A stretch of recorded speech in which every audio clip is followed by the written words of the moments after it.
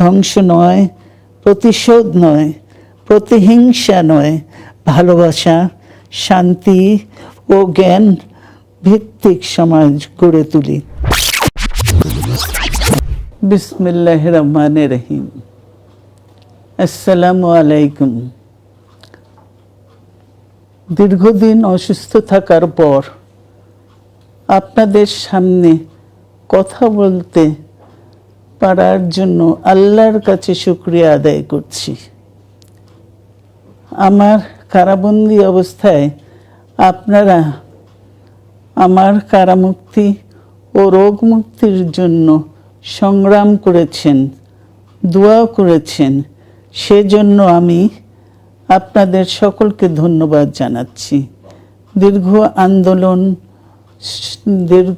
আন্দোলন সংগ্রাম ও ত্যাগের মধ্য দিয়ে আমরা ফ্যাসিবাদী অবৈধ সরকারের কাছ থেকে মুক্তি পেয়েছি।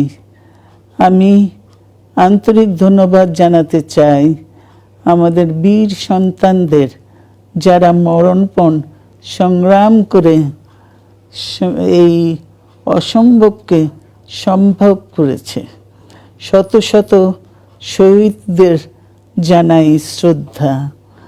এ বিজয় আমাদের নতুন সম্ভাবনা নিয়ে এসেছে। দীর্ঘদিনের নজিরবিহীন দুর্নীতি,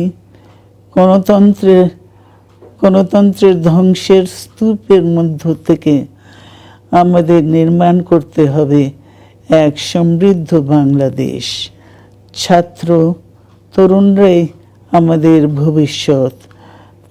তরুণরা এই যে স্বপ্ন নিয়ে বুকের রক্ত ঢেলে দিয়েছে, সেই স্বপ্ন বাস্তবায়নে করতে মেধা, যোগ্যতা, জ্ঞান ভিত্তিক গণতান্ত্রিক বাংলাদেশ গড়ে তুলতে হবে।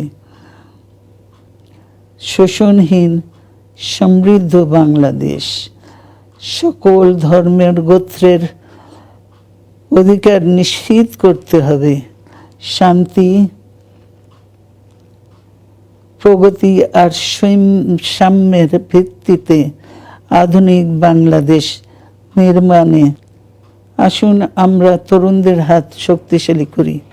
ধ্বংস নয়, প্রতিশোধ নয়, প্রতিহিংসা নয়, ভালোবাসা, শান্তি ও জ্ঞান ভিত্তিক সমাজ গড়ে তুলি।